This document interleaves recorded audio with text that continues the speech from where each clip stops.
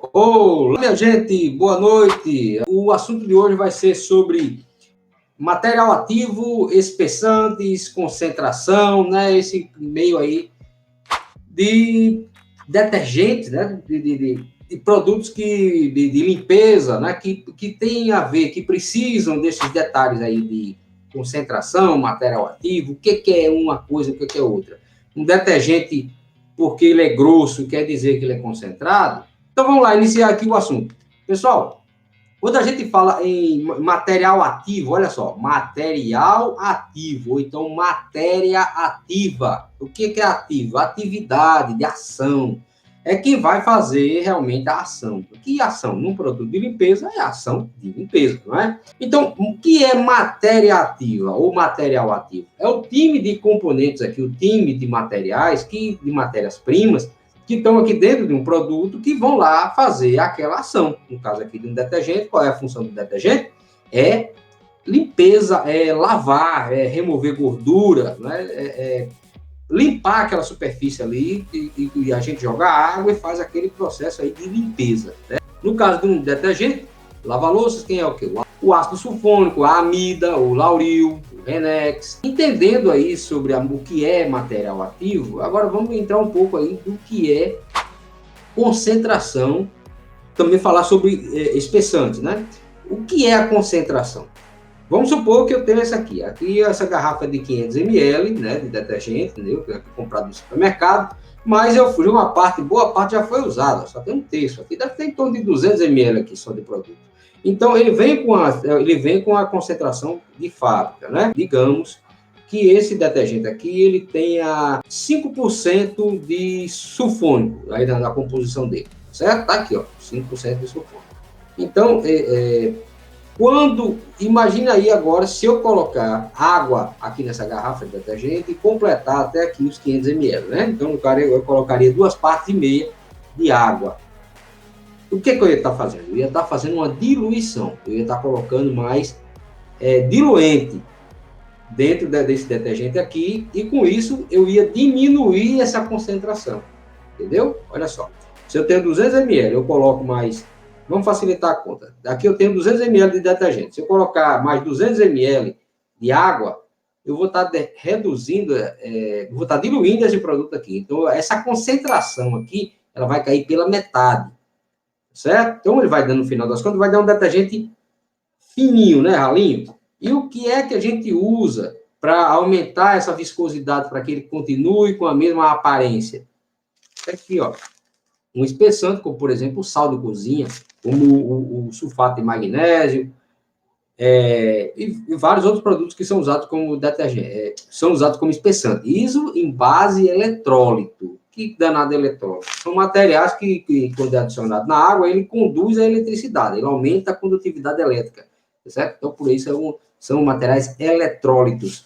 Aí, e também existe a base gel, né? Que no caso do produto da base gel, ele vai virar um formador de gel, como, por exemplo, o carbopol, hidroxietilcelulose, vamos supor, maisena, né? Que coloca, dependendo do produto, pode usar maisena, né? Produto em pH muito alto, isso aí são os espessantes, certo? Então, material ativo é o time de componentes que fazem o processo, aí no caso aqui, de limpeza.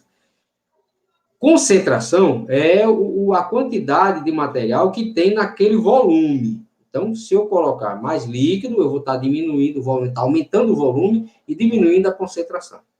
Quanto aos espessantes, a gente pode utilizar o sal de cozinha, né? Um jeito prático de fazer uma salmoura, né? É só pegar uma garrafinha dessa, ó, e eu ponho um monte de sal aqui, um montão de sal, e faço uma chacoalhada, e a quantidade máxima de sal, ela vai ser diluída aqui, que dá em torno de 36%, certo? É a quantidade mais ou menos aí que a água, né, em temperatura ambiente, é capaz de absorver. Em torno de 36 gramas para cada 100 ml de água, certo? Tem mais ou menos aqui dá em torno de 250 ml, digamos que aqui tenha 100 ml, então aqui vai absorver em torno de 36 gramas. É a concentração máxima que a água fria consegue absorver. E o restante, que se eu colocar mais, ele vai ficar aqui decantado. vai decantando. O que tiver aqui em cima vai ter uma salmoura a 36%, e o restante que está aqui decantado, ele vai ficar aí para quando eu colocar mais água, aí sim ele entra em ação e é diluído por essa água, tá bom? Pode também usar sulfato de magnésio, que é o segundo espessante mais utilizado aí. Depois aí do sal, né? O sal de cozinha, realmente, ele é o mais utilizado. O sal de cozinha, tem muita gente que tem dúvidas sobre isso aqui, ó. Sal marinho iodado, tá certo? Aqui é o iodo, que é adicionado ao sal, que é para evitar uma doença chamada bócio, né? Que é uma hipertireoidismo, se eu não me engano, que é ele causa o aumento aí do tamanho da tireoide. Então, para evitar isso aí, se coloca o iodo. E estão até revendo aí essa questão do iodo aí, porque de tanto a gente consumir muito sal, já termina consumindo muito iodo, e tá até fazendo mal aí. O pessoal estão querendo rever essa quantidade de iodo aí que vai colocar no sal, tá bom? O iodo, ele é irritante para a pele, mas ele só irrita a pele quando é colocado em grande quantidade, então em fórmula muito fraca. Então, digamos, esse detergente aqui industrializado, ele tem, acredito que ele seja, tem o sal aqui como espessante.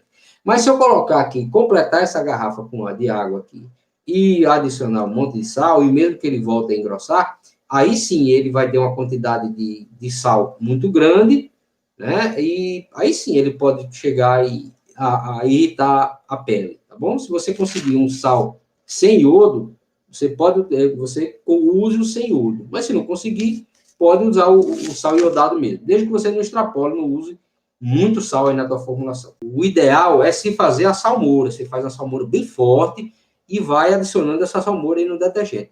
Por quê? Quando a gente coloca o pó, o detergente, o sal, assim, em pó mesmo, ele começa, o detergente começa a absorver esse sal, né, e vai engrossando, engrossando. Quando ele engrossa mais, aí ele consegue absorver esse sal com maior dificuldade. E o que é que acontece geralmente? As pessoas com pressa, né, que todo mundo é apressado, todo mundo tem uma vida corrida, acaba não misturando bem, não deixando esse produto reagir bem legal. E o detergente, ele vai absorver uma parte do sal, aí ele vai ficar grosso. Aí quem está formulando vai dizer, tá beleza, tá pronto já, eu já vou envasar.